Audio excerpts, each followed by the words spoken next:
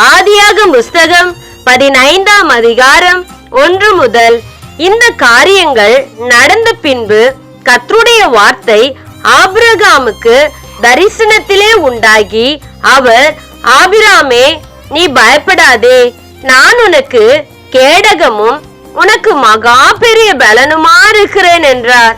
அதற்கு ஆபிராம், கர்த்தராகிய ஆண்டவரே, அடியேனுக்கு என்ன தருவீர்? நான் பிள்ளையில்லாமல் இருக்கிறேனே. தமஸ்கு ஊரானாகிய இந்த எலியேசர் என் வீட்டு விசாரணை கர்த்தனாய் இருக்கிறானே என்றான். பின்னும் ஆபிராம், தேவரீர் எனக்கு புத்திர சந்தானம் அருளவில்லை. இதோ என் வீட்டிலே பிறந்த பிள்ளை எனக்கு சுகந்தரவாளியாய் இருக்கிறான் என்றான். அப்பொழுது கர்த்தருடைய வார்த்தை அவனுக்கு உண்டாகி, இவன் உனக்கு சுகந்தரவாளி அல்ல, உன் கர்ப்ப பிறப்பாய் இருப்பவனே உனக்கு சுகந்தரவாளியாய் இருப்பான் என்று சொல்லி, அவர் அவனை வெளியே அழைத்து, நீ வானத்தை அண்ணாந்து பார், நட்சத்திரங்களை எண்ண உன்னாலே கூடுமானால் அவைகளை எண்ணு என்று சொல்லி, பின்பு அவனை நோக்கி, உன் சந்ததி இவ்வண்ணமாய் இருக்கும் என்றார்.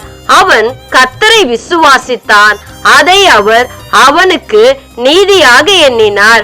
பின்னும் அவர் அவனை நோக்கி, இந்த தேசத்தை உனக்கு சுதந்திரமாக கொடுக்கும் பொருட்டு உன்னை ஊர் என்கிற கல்தேருடைய பட்டணத்திலிருந்து அழைத்து வந்த கர்த்தர் நானே என்றார். அதற்கு அவன், கர்த்தராகிய ஆண்டவரே, நான் அதை சுகந்தரித்துக் கொள்வேன் என்று எதினால் அறிவேன் என்றான். அதற்கு அவர், 3 வயது கிடாரியையும் 3 வயது வெள்ளாட்டையும் 3 வயது ஆட்டுக்கடாவையும் 1 காட்டுப்புறாவையும் 1 புறா குஞ்சியையும் என்னிடத்தில் கொண்டு வா என்றார். அவன் அவைகள் எல்லாவற்றையும் அவரிடத்தில் கொண்டு வந்தான். அவைகளை நடுவாக துண்டிட்டு துண்டுகளை ஒன்றோடு ஒன்று எதிராக வைத்தான். பட்சிகளை அவன் துண்டிக்கவில்லை. பறவைகள் அந்த உடலின் மேல் இறங்கின.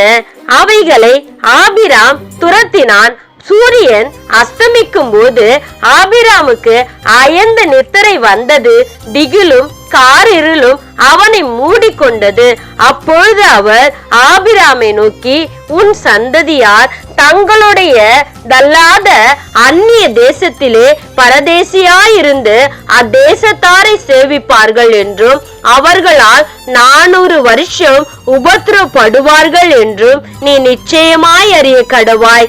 இவர்கள் சேவிக்கும் ஜாதிகளை நான் நியாயம் தீர்ப்பேன். பின்பு மிகுந்த பொருட்களுடனே புறப்பட்டு வருவார்கள். நீ சமாதானத்தோடு உன் பிதாக்களிடத்தில் சேருவாய். நல்ல முதிர் வயதிலே அடக்கம் பண்ணப்படுவாய். 4ஆம் தலைமுறையிலே அவர்கள் இவ்விடத்திற்கு திரும்பி வருவார்கள். ஏனென்றால் எமோரியருடைய அக்கிரமம் இன்னும் நிறைவாகவில்லை என்றார். சூரியன் அஸ்தமித்து காரிருள் மூடின பின்பு, இதோ புகைகிற சூளையும் அந்த துண்டுகளின் நடுவே கடந்து போகிற அக்கினி ஜுவாலையும் தோன்றின. அந்நாளிலே கர்த்தர் ஆபிராமோடு உடன்படிக்கை பண்ணி, எகிப்தின் நதி துவங்கி ஐபிராத் நதி என்னும் பெரிய நதி மட்டும் முள்ளதும், கேனியரும் கெனிசியரும் காத்மோனியரும் ஏத்தியரும் பெரிசியரும் ரெப்பாமியரும் எமோரியரும் கானானியரும் கீர்காசியரும் எப்புசிரியரும் என்பவர்கள் இருக்கிறதுமான இந்த தேசத்தை உன் சந்ததிக்கு கொடுத்தேன் என்றார்.